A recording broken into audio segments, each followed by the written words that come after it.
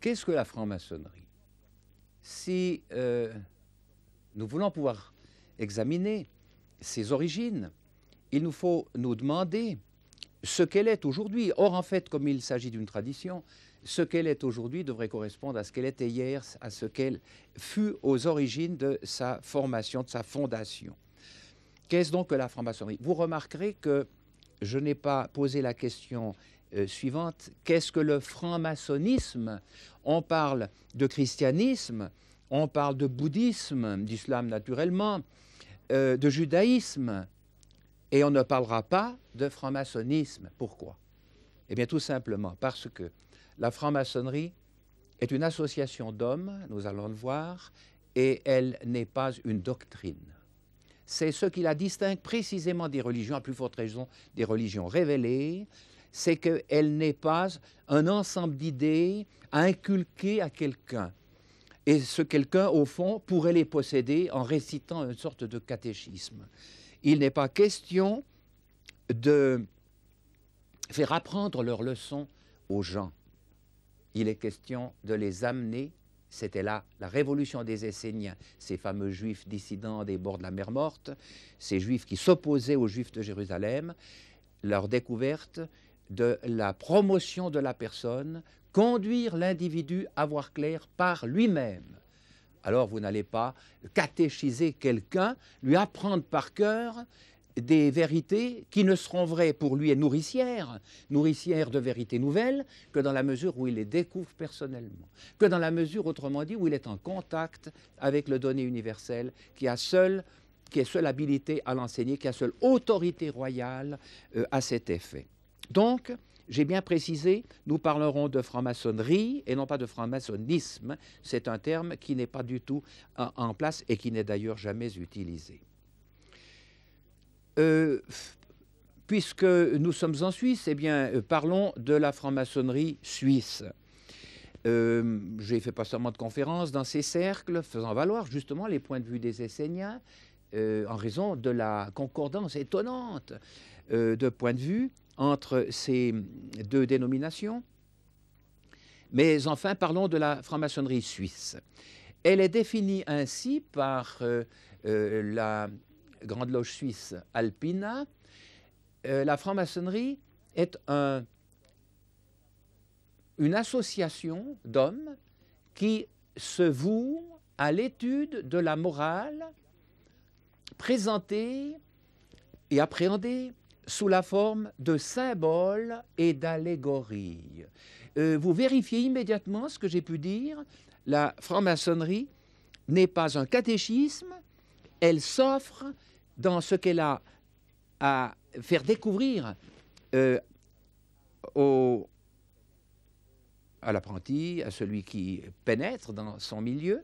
Elle offre ceci sous forme de symboles, c'est-à-dire d'éléments qui sont des indications, mais qui sont à découvrir par l'intéressé lui-même, sous la forme de symboles et d'allégories. Qu'est-ce que c'est que cette morale?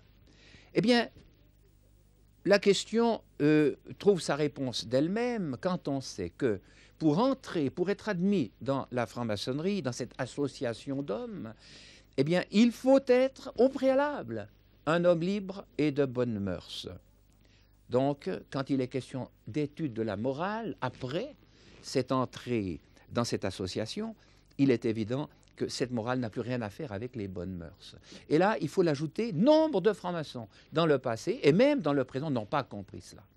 Ils jouent en quelque sorte comme les gens d'église aux gens vertueux. On fait l'aumône, on donne, on fait des dons, etc. Ils n'ont pas du tout saisi qu'ils devaient être cela avant d'entrer dans la franc-maçonnerie et que désormais ils sont tout autre chose. Quelle est donc cette fameuse morale qu'ils étudient ensemble sous la forme, on a dit, de symboles et d'allégories? Eh bien, voyez-vous, c'est extrêmement simple. À l'heure actuelle, les scientifiques parlent de cette morale. Ils l'appellent l'éthique de la connaissance. Dans le passé, les Esséniens parlaient de cette morale. Ils l'appelaient la justice royale. Être juste sur le plan de l'œil qui doit pouvoir régner sur l'univers. C'est toujours l'éthique de la connaissance. C'est cela, la morale maçonnique. C'est la morale qui permet à l'individu de construire dans sa personne le temple, le répondant, si vous voulez, de l'univers, de façon à ce qu'il y ait osmose, passage de connaissances, réceptivité à l'égard de l'univers, oreille à l'égard de son langage, justement inaudible, son langage non verbal. Et c'est l'univers qui enseigne, je l'ai dit, le franc-maçon à ses 3 degrés d'apprenti, de compagnon et, à plus forte raison, de maître. Étudier la morale, pourquoi? Eh bien, parce que, chacun l'a constaté, la passion aveugle. C'est là la doctrine, si l'on peut parler d'une doctrine. En fait, ce n'est pas une doctrine, puisque c'est une constatation fondamentale de la maçonnerie. Il y a dans l'être humain des réactions qui ont pour effet d'obscurcir l'œil, de jouer à l'égard de cet œil le rôle de paille, de poutre, de l'aveugler. Et alors, comme le franc-maçon prétend que dans la société, justement, dont il s'est sorti lui-même, dans le monde profane, comme il aime à dire, on ne voit pas clair, on est aveugle. Et aveugle, attendez, sur un plan où il est question des activités de la vie, on est aveugle, c'est-à-dire mort. Eh bien, lui cherchera à se dégager de cet aveuglement, c'est-à-dire à passer de la mort, du niveau profane, à la vie jaillissante. Vous voyez, c'est extrêmement simple. Et vous ne vous étonnerez pas en apprenant que celui qui a déclaré, conformément à ce qu'on vient de voir, le cœur passion aveuglant à tous ses niveaux, l'affectivité, l'amour comme la haine aveugle, la préoccupation de soi, de l'ego aveugle, eh bien, un certain Jean-Baptiste, qui était précisément, et qui est reconnu aujourd'hui par tous les spécialistes non théologiens, comme un représentant indiscutable des Esséniens, ces juifs contestataires de la mer Morte, des bords de la mer Morte, Jean-Baptiste a dit au sujet de l'esprit de l'œil qu'il habitait, il faut qu'il croisse et que je, qui faisais obstacle à cet œil, à sa croissance, et que je diminue. Eh bien, il ne vous étonnera pas d'apprendre, étant donné ceci, que Jean-Baptiste est considéré par les francs-maçons comme leur patron. Alors là, il y a quelque chose de passionnant. Dès le début, vous voyez immédiatement que cet homme qui l'avait, qui baptisait pour que nous changions nos façons de penser, que nous arrivions précisément à la perception autonome, à l'émancipation des consciences et des intellects, comme disent certains rituels, eh bien, cet homme-là est celui qui rappelle aux francs-maçons qu'il n'est plus tributaire des vérités des autres, qu'il n'est plus croyant, et ça c'est un point essentiel, mais qu'il est un voyant. Ce point essentiel, il faut ajouter, a été la plupart du temps ignoré des francs-maçons qui se considèrent les uns comme demeurés catholiques, les autres comme demeurés protestants, demeurés juifs, demeurés musulmans. C'est totalement faux. Ils sont des hommes qui ne sont plus tributaires des autres, qui n'ont plus donc de préjugés, d'idées toutes faites. Ils ont à découvrir eux-mêmes toutes choses. Et c'est là leur joie, leur force et leur raison de vivre, dirons-nous. Jean-Baptiste, patron de la franc-maçonnerie. Quelle sera donc cette morale? Vous l'avez saisi ici, c'est une morale du déconditionnement de l'œil. Il faut, pour qu'il croisse, le déconditionner de tout ce qui l'empêchait de donner sa lumière. Il était comme une lampe sous le boisseau, il faut l'élever sur le chandelier. Il faut donc que le moi, l'ego, ne joue plus le rôle oppresseur, le rôle limitatif, le rôle perturbateur qu'il jouait jusque-là. Alors vous comprenez que dès que vous parlez de franc-maçonnerie, vous parlez non seulement de morale, mais vous parlez de loi sacrée. La loi sacrée, qu'était-elle? Ici également, grand conflit parmi les maçons, sous forme justement des divers courants, en France, à l'égard de la Suisse à l'égard de la France et de l'Angleterre, etc., parce que ces hommes ont perdu de vue la plupart du temps que la loi sacrée était exclusivement représentée par les 10 commandements de la loi mosaïque, la loi de Moïse. Vous entrez dans leur temple, comme ils le nomment, c'est une grande salle allongée, avec au centre de cette salle un damier sous forme de carré noir et blanc. Eh bien, ce carré, fait de carrés noirs et blancs, qui ont à peu près 20 cm, 30 cm de côté, ce damier est appelé le pavé mosaïque. Et c'est intéressant de relever la chose. Le pavé de Moïse, à l'origine. Car il y a des éléments dans notre personne et qui sont relevés dans la loi de Moïse, dans ces 10 commandements, qui sont source d'obscurité, de ténèbres, le noir, et d'autres qui sont source de lumière. Il y a un conflit, il faut qu'il croisse et que je diminue, entre le jour et la nuit, entre les éléments qui, dans la personne, sont source de lumière et celles qui, s'y opposant, sont source de ténèbres. Eh bien, la plupart des francs-maçons ignorent aujourd'hui que leur fameux pavé mosaïque signifie pavé de Moïse. Ils en ont fait le pavé de la mosaïque romaine, le pavé des petits carrés. Or, c'est absolument faux. Vous prenez un dictionnaire, vous lisez sous pavé mosaïque le pavé constitué de carrés de pierre ayant au maximum 10 cm de côté. Or, encore une fois, il s'agit de carrés ayant 20 à 30 cm, c'est-à-dire la longueur d'un pied humain.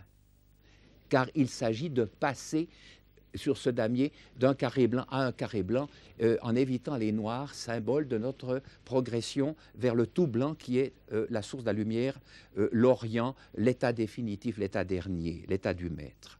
Eh bien, c'est si vrai que la plupart ignorent encore ceci, que ça a été perdu, tout simplement parce qu'il n'y avait pas un enseignement catéchisé, ou catéchétique, si vous préférez, que les Allemands et les Suisses allemands, au lieu de parler du Pflaster, qui veut dire le pavé de Moïse, Mosisches Pflaster, parlent du Mosaisches Pflaster, du pavé de mosaïque romaine. Alors vous voyez que le fait de n'avoir pas été précisé vaut à cette notion de s'être perdu, et qu'il y a lieu de retrouver la franc-maçonnerie, de remonter à ses origines pour savoir vraiment ce qu'elle est et pour qu'elle puisse œuvrer dans le monde selon ses possibilités d'origine et non plus être ce que certains, à juste titre, appellent aujourd'hui une association qui se tient au café du commerce pour dire qu'on s'y réunit entre petits copains et puis on y tape le carton, on n'y boit pas, et on s'épaule dans la mesure où on le peut, etc. Il n'est pas question de ceci. C'était des hommes qui avaient découvert que nous sommes du vivant et que le phénomène vivant est un phénomène de construction qui nous appelle à collaborer à cette construction. Il y a lieu donc d'édifier le temple intérieur qui permettra à la lumière de s'y instaurer, plus exactement à la source de la lumière, d'y prendre place, de manière à ce que nous soyons continuellement dans la lumière. Prenez maintenant les tables de la loi. Les voici telles qu'on les a toujours représentées à Jérusalem. Vous aviez 10 commandements. Eh bien, ces 10 commandements étaient répartis sur 2 tables, donc on divisait 10 par 2, vous aviez 5 à gauche et puis 5 à droite. Or, ces 10 commandements ont ceci de remarquable que les 3 premiers que j'ai ici signalés en bleu se rapportent à notre attachement au tout. Tu aimeras le Seigneur ton Dieu, etc., de tout ton cœur, de toute ta pensée, de toute ta psyché. Et que depuis le 4e, vous avez le rattachement, honore ton père et ta mère, ici tu travailleras 6 jours, tu te reposeras le 7e, ici le 5, honore ton père et ta mère, etc. Vous avez ici les commandements qui sont exprimés dans le sommaire de la loi par les Esséniens comme l'amour de soi et du prochain. Vous voyez? Ben, ils n'ont rien à faire ensemble. Ici, sur cette table, ce sont 2 orientations totalement différentes. Alors, voilà, les Esséniens, ces Juifs qui ont réagi à cette malversation désastreuse du judaïsme, au point de déclarer que les Juifs ont trahi Moïse dès la mort de Moïse, eh bien, ils ont restauré la loi d'origine.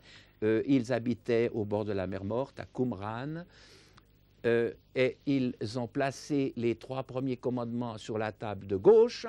La première table, c'est le premier commandement qui nous rattache au tout, et les 7 autres commandements sur la table de droite. Fait extrêmement intéressant, pour les croyants juifs comme chrétiens, Moïse a reçu là des ordres extérieurs. Il a été un homme spécialement, disons, considéré par la divinité.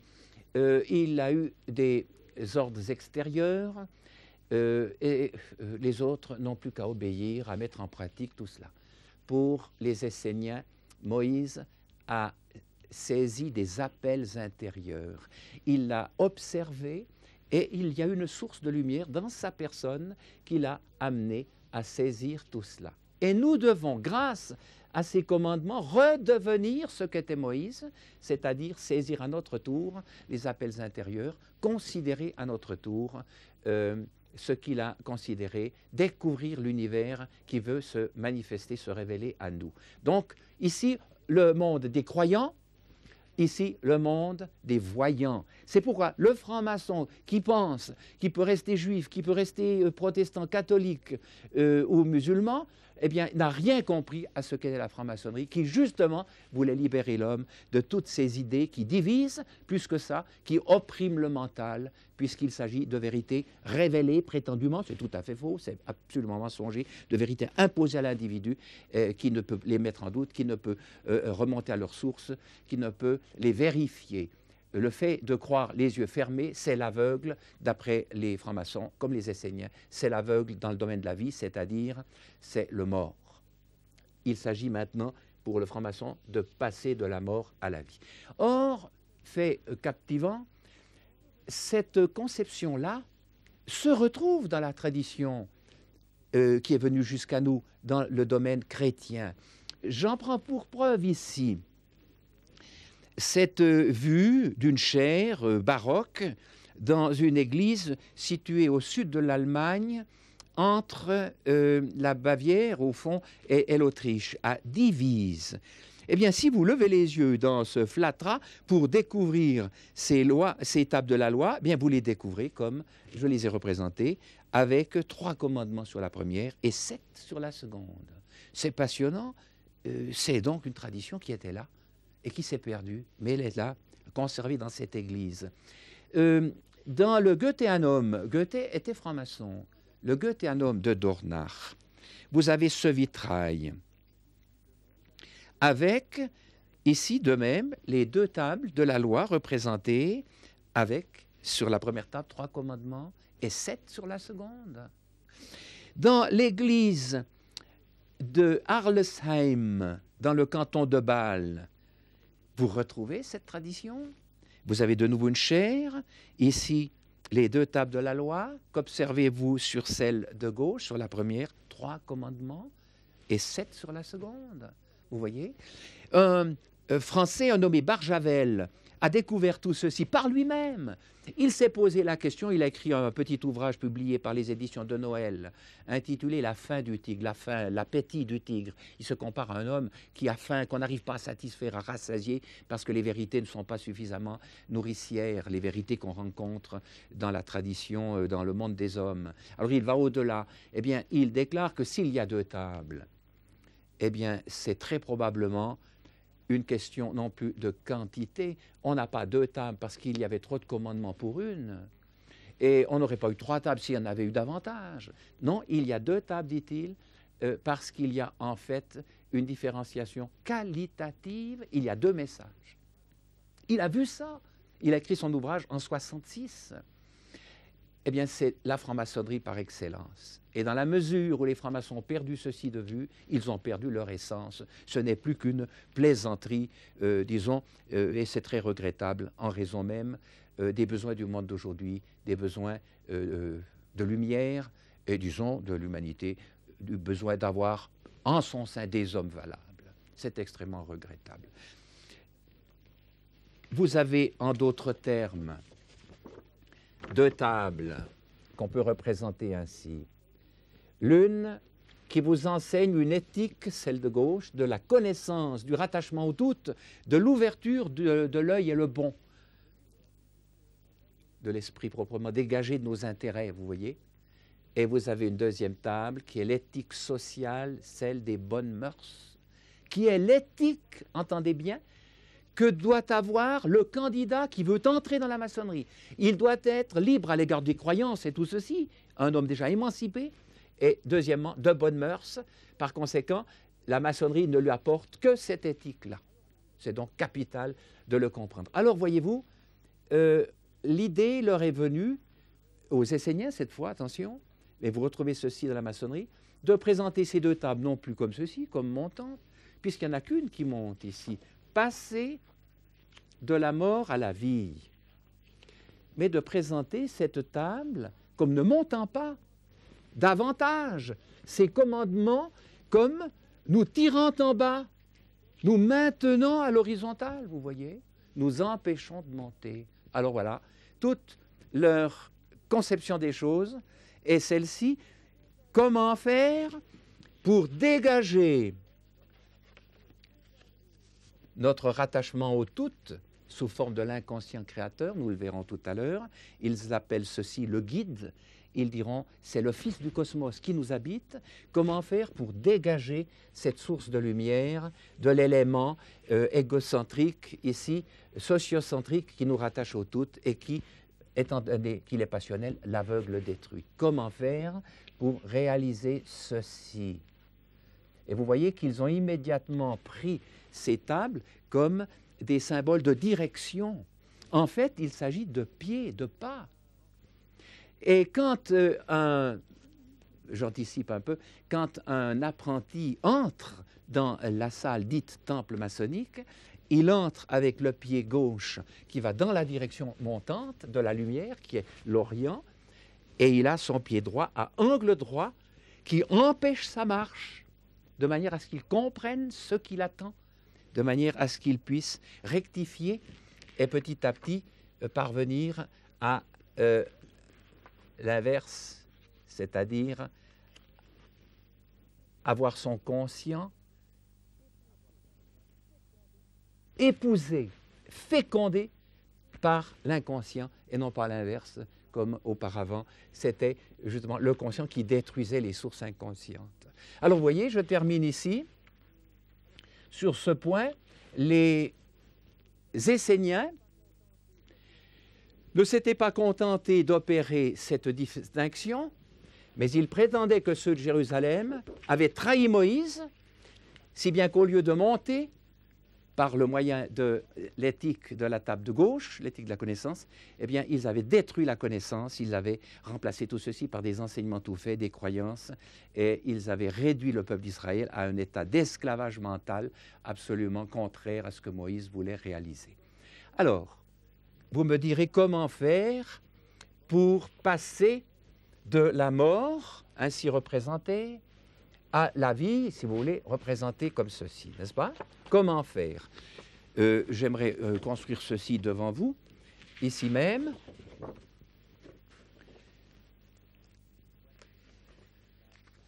Voici la table de gauche qui nous intéresse.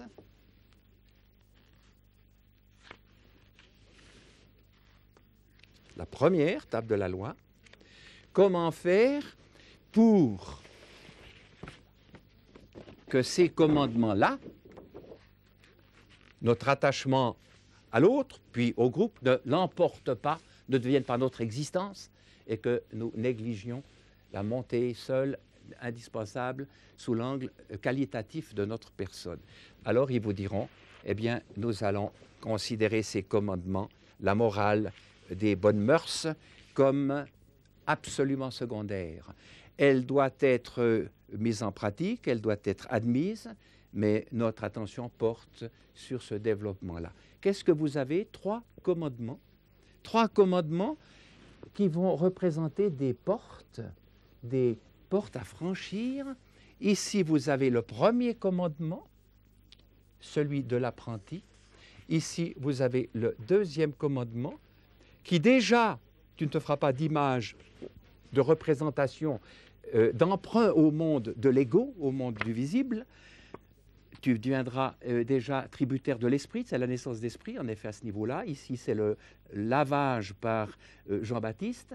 Tu ne prendras plus en vain ces réalités-là pour les mettre dans ces éléments-là. Et enfin, vous avez le troisième et dernier stade, on l'appelle aussi degré de lumière, celui du maître. Et qu'est-ce que vous remarquez? Eh bien, c'était les 3 parties du temple de Salomon. Vous avez comme ici le temple de Salomon, la première partie qui était qualifiée de porche, la deuxième partie aux chambres du milieu, on le disait chez Salomon, le lieu saint, et la troisième et dernière partie, le lieu très saint, à partir duquel l'Orient, la lumière se faisait, vous voyez. On peut par conséquent réaliser d'ores et déjà le schéma qui sera celui des maçons. Vous avez ici la colonne de l'apprenti, la colonne Ige, vous trouvez ceci dans l'Ancien Testament, Jacquin, qui signifie la poser le fond, la colonne Ige. Ici, vous avez presque au même niveau, mais déjà sur la gauche, correspondant à cette table, éloignée de l'autre table, vous avez la colonne B, Boaz, vous lisez ceci dans le livre des rois et des chroniques, et vous avez ici même l'emplacement du lieu très saint qui correspond à la position du maître. Attention, et lorsqu'il est devenu maître, vous assistez à ceci. Le centre jaillissant de la personne, cette virtualité, cette potentialité s'est trouvé élevé et désormais l'angle qui était là de 90 degrés est devenu l'équerre qui était de 90 degrés est devenu ici plus resserré puisqu'il s'agit, nous le verrons tout à l'heure, d'un cube et que le centre du cube, en fait, parce qu'il faudrait tirer ce centre en avant ou en arrière, à un angle plus fermé de 70 degrés, c'est devenu le fameux compas. Si bien que le sigle de la franc-maçonnerie est représenté, vous le devinez de vous-même, pour représenter symboliquement tout ce développement, est représenté de cette façon. Vous avez ici le fondement, les 2 tables de la loi. Il s'agit d'étudier leurs relations pour savoir justement se comporter désormais à l'égard de l'une comme de l'autre.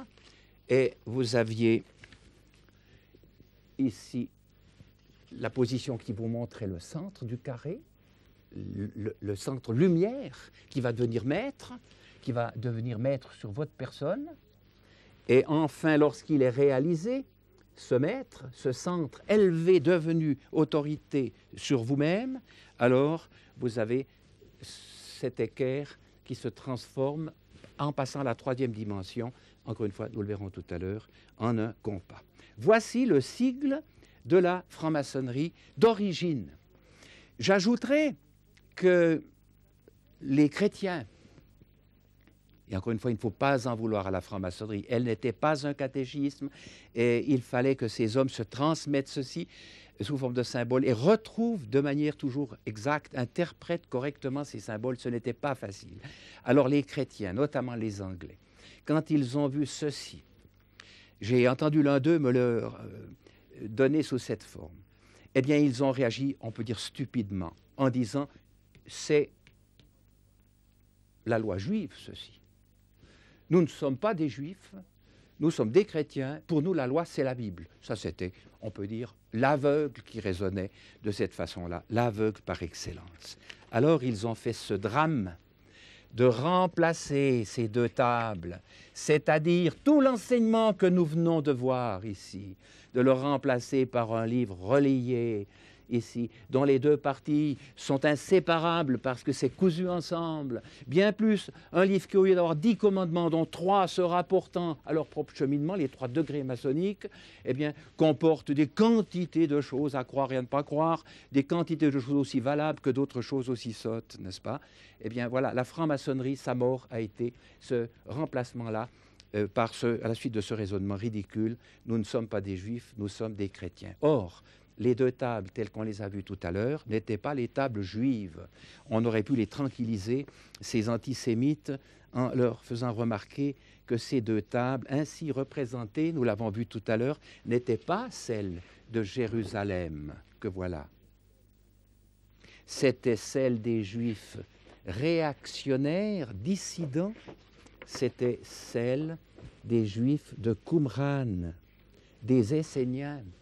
Et ces hommes-là réagissaient de telle façon que leur conception des choses était valable, se rapportait à l'ensemble des êtres humains.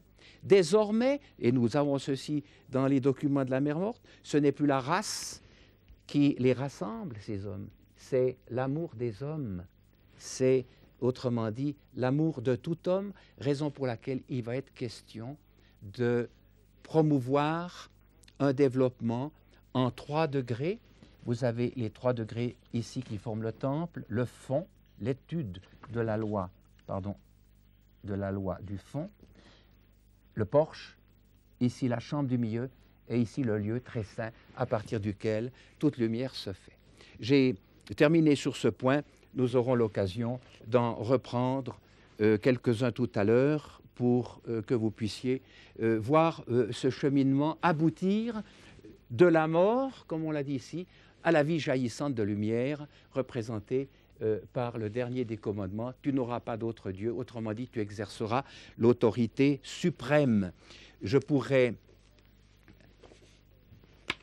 au fond, transcrire ces 3 commandements pour que vous les voyez mieux face à vous-même. Vous avez ici le premier qui vous demande d'utiliser cette faculté de voir clair pour voir clair, c'est-à-dire de chercher pour trouver, et non pas pour vous enrichir, pour être quelqu'un au milieu des hommes. C'est la reprise de la recherche qui avait complètement avorté chez ces gens-là, qui étaient devenus des croyants, ils ne cherchaient plus. Puis vous avez la deuxième porte ou condition à remplir, le deuxième lieu, la chambre du milieu, le lieu saint, l'objectivité, saint par rapport à nous, à la subjectivité justement qui perturbait la recherche. Et enfin, vous avez le lieu très saint, l'autorité royale qui s'exerce sur le tout, raison pour laquelle les francs-maçons parlent de l'exercice de l'art royal. Eh bien, là aussi, la plupart d'entre eux, n'ayant pas saisi tout cela, ne comprennent pas de quoi ils parlent lorsqu'ils parlent de l'art royal. Certains d'entre eux prétendent que c'est l'art de vivre, car en fait, ce n'est pas facile de vivre, il faut savoir se comporter. Ils ont complètement manqué le coche. Et j'aimerais que par ces exposés, ces 3 exposés, ceux d'entre eux qui veulent plus de lumière puissent l'obtenir et puissent contribuer, au fond, à remettre en valeur les trésors qui étaient enfermés, en quelque sorte, dans ces symboles.